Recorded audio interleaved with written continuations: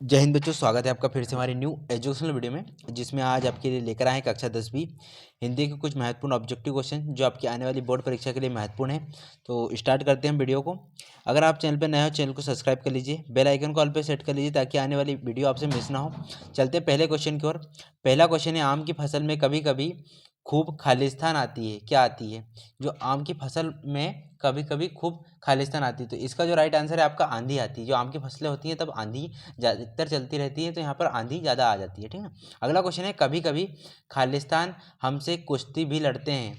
कभी कभी हमसे खालिस्तान कुश्ती भी लड़ते हैं। कौन हमसे कुश्ती लड़ते हैं? जो बापूजी होते हैं, वो हमसे कुश्ती लड़ते हैं। अगला क्वेश्चन है, भोलेनाथ और उनके साथी खालिस्तान के बिल के पानी उलेचने लगे।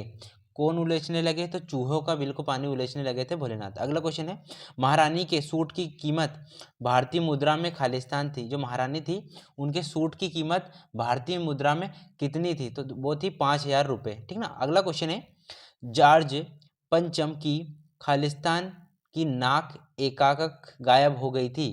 कौन सी नाक? लाट, ठीक ना। तो राइट आंसर है यहाँ पे लाल दिया है, पर यहाँ पे लाट आएगा, ठीक ना, लाल। तो राइट आंसर हो जाएगा आपका। अगला क्वेश्चन है, हिरोशिमा खालिस्तान में है। हिरोशिमा कहाँ पर है? तो जो हिरोशिमा है वो है जो कि जापान में है, ठीक ना। राइट आंसर आपका हो जाएगा जापान। अगला क्वेश्चन है, अज्ञे खालिस्तान के विद्यार्थी रहे हैं। अज्ञे जो हैं वो किसके विद्यार्थी रहे हैं? तो वो है विज्ञान के विद्यार्थी रहे हैं, जिन्होंने विज्ञान में बहुत ज़्यादा अधिकतर कामों पर अपना योगदान दिया है। अगला क्वेश्चन है, अखबारों में छापा कि जॉर्ज पंचम की मूर्ति पर खालिस्तान नाक लगाई गई। कौन सी नाक लगाई है? जिंदा, ठीक ना। राइट आंसर है जिंदा नाक लगाई गई। अगला क्वेश्चन है, अज्ञे का जन्म खालिस्तान में हुआ था। अज्ञे का जन्म खालिस्तान में हुआ था, तो राइट आंसर हो जाएगा आपका उत्तर प्रदेश में हुआ था अज्ञे का जन्म। अगला क्वेश्चन है, अज्ञे की प्रारंभिक शिक्षा खालिस्तान में हुई। जो अज्ञे हैं उनकी प्रारंभिक शिक्षा खालिस्तान में हुई थी, तो राइट आंसर है जम्मू कश्मीर में। इसका जो अगला क्वेश्चन आपके आने वाले हैं वो आपके सत्य असत्य हैं, जो इंपॉर्टेंट हो सकते हैं आपकी परीक्षाओं में। पहला क्वेश्चन है, तारक केशवरनाथ ही भोलेनाथ थे। तारक केशवरनाथ ही भोलेनाथ थे, तो इसका जो राइट आंसर आपको बता देते हैं। राइट आंसर है इसका सत्य है, क्योंकि ये भी जो तारक केशवरनाथ थे वही भोलेनाथ थे। अगला क्वेश्चन है, हमें मैया की गोद से निकालकर बापूजी की गोद में शांति मिलती है। यह राइट आंसर है, यह असत्य आंसर है, ठीक ना। तो यह है असत्य, ठीक ना। राइट आंसर नहीं, असत्य है इसका आंसर। अगला क्वेश्चन है, गणेश जी के चूल्हे की रक्षा के लिए शिव का नंदी निकल आया। गणेश जी के चूल्हे की रक्षा के लिए शिव का नंदी निकल आया, तो यह असत्य है, ठीक ना। असत्य आएगा, ये नहीं आया था, ठीक ना। अगला क्वेश्चन इसके बाद, सबकी नाकों का नाप लिया पर जॉर्ज पंचम की नाक सबसे छोटी है, तो यह असत्य है, ठीक ना। ये सबसे बड़ी नाक थी उनकी। अगला तो राइट आंसर हो जाएगा आपका असत्य।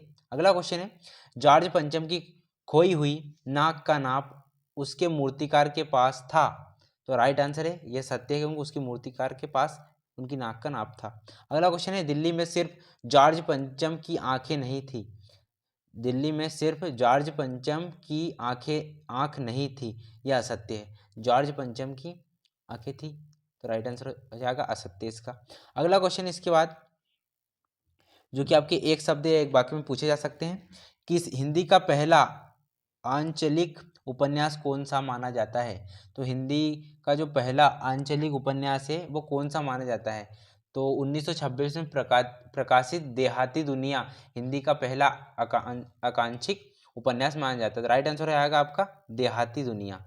उपन्यास है इसका नाम देहाती दुनिया, ठीक ना। राइट आंसर हो जाएगा देहाती दुनिया। अगला क्वेश्चन है, नाक किसका घोतक होती है? नाक किसका घोतक होती है? तो नाक होती है इज्जत का घोतक, ठीक ना। इज्जत का प्रतीक माना जाता है नाक को। राइट आंसर हो जाएगा इज्जत।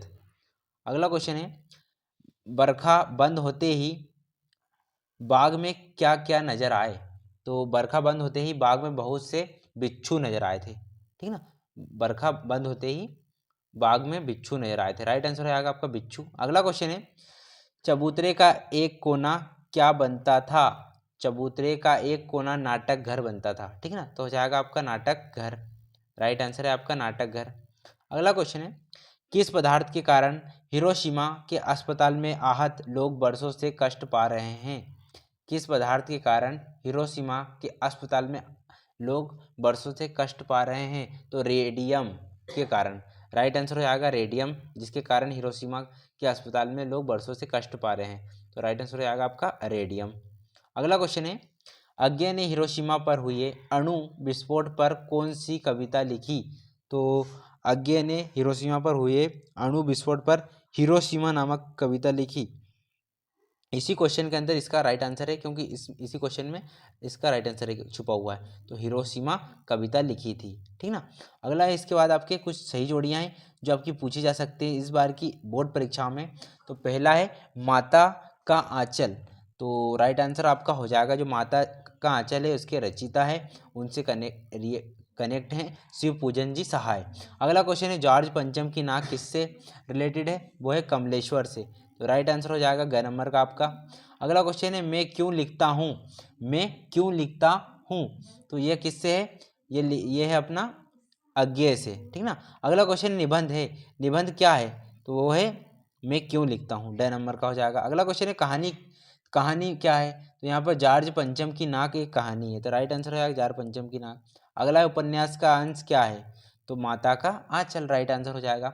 अगले ही इसके बाद आपकी सही जोड़ियाँ जो इम्पोर्टेंट है, शिव पूजन जी सहाय जी का जन्म कहाँ हुआ था? पहला है, तो शिव पूजन जी का जन्म कहाँ हुआ, कब हुआ था? तो इसमें सन दिए हुए हैं, तो कब होगा?